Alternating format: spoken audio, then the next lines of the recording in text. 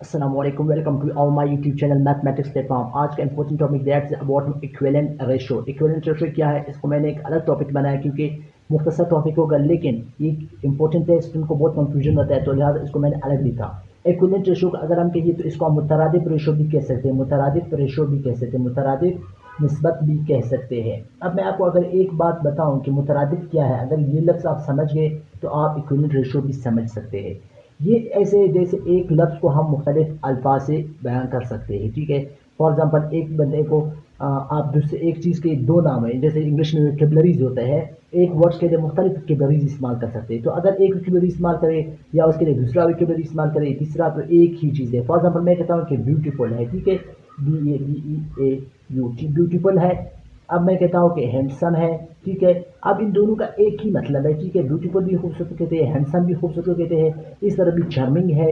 तो इन तरह मैं इसको आपको सिर्फ समझाने के लिए कहता हूँ कि इन तरह अल्फाज को क्या कहते हैं, मुतरादिफ अल्फाज कहते हैं। तो इसी तरह अगर मुतरादिफ नस्बतों की बात करें, वो भी इसी के साथ बिल्कुल जुड़े रहते हैं कि ये किस तरह होते हैं। फॉर एग्जाम्पल मैं आपको बताऊँ कि 1:2 है। 1:2 का इसका मतलब क्या है, पहले आप ये तो समझ गए कि 1:2 का मतलब क्या है। अगर मैं इसको ए का नाम दूं, इसको बी का नाम, तो मैं कहता हूं कि बी ए से दुगना है या बी की कीमत ए से ज़्यादा है। अगर इन दोनों को मैं 2 से मल्टीप्लाई करता हूं, ठीक है, इसको भी मैंने 2 से मल्टीप्लाई किया, इसको भी 2 से, तो अब क्या बनेगा, 2:2 अगर मैं ये कहूँ कि बी ए से 4 गुना ज़्यादा है, ठीक है, 4 गुना ज़्यादा नहीं है बल्कि डबल है, यहाँ भी दुगना है। क्यों दुगना है, देखिए यहाँ पे 1 था तो दुगना था, यहाँ पे अगर ये 4 हो चुका है तो ये भी 2 हो चुका है।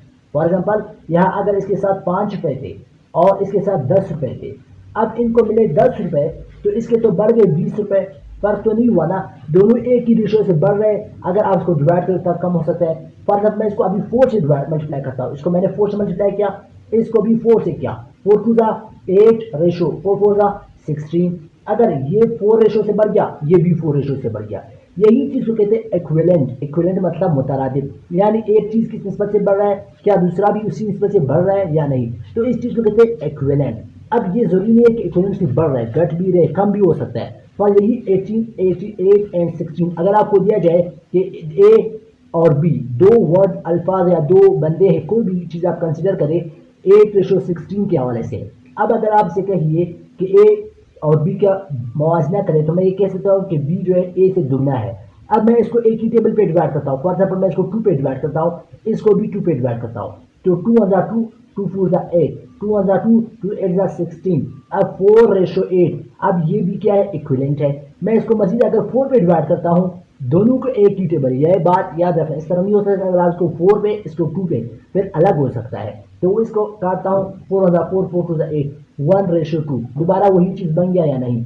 इसका कहने का मतलब ये है इक्विवेलेंट रेशियो इस तरह के रेशियो होते हैं, अगर आप एक ही टर्म है उसको आप एक ही टेबल के साथ मल्टीप्लाई करें या एक ही टेबल के साथ डिवाइड करें, आंसर तो वही आपको मिलेगा, फर्क नहीं पड़ेगा। क्योंकि रेशियो का मतलब, रेशियो आपको ये नहीं बताता है कि एक बंदे के साथ कितने खजाना है, कितना रुपए है, आपको सिर्फ ये बताता है कि एक बंदा दूसरे बंदे से कितना अमीर है, कितना गरीब है, एक बंदे का कीमत दूसरे से दुगना है, 3 गुना है, 4 गुना है, या 1 गुना कम है, 2 गुना कम है। ये आपको नहीं बताते है इसके पास कितने पैसे है। पर मैं आपको बताओ, एक बंदे के पास 100 रुपए है, दूसरे बंदे के पास 25 रुपए है। आप रेशो आपको ये बताते हैं कि अगर ये अहमद है, ठीक है, और ये अमजद है, तो आपको रेशो ये कहते हैं कि अहमद के पास अमजद से 4 गुना ज्यादा पैसे, लेकिन आपको ये नहीं बताता है कि अमजद के साथ 25 है, अहमद के साथ 100 रुपए, ठीक है। आपको ये बता सकते हैं कि अमजद जो है अहमद से 4 गुना कम कीमत है, उनके पास 4 गुना कम पैसे, लेकिन आपको ये नहीं बताते कि कितना है।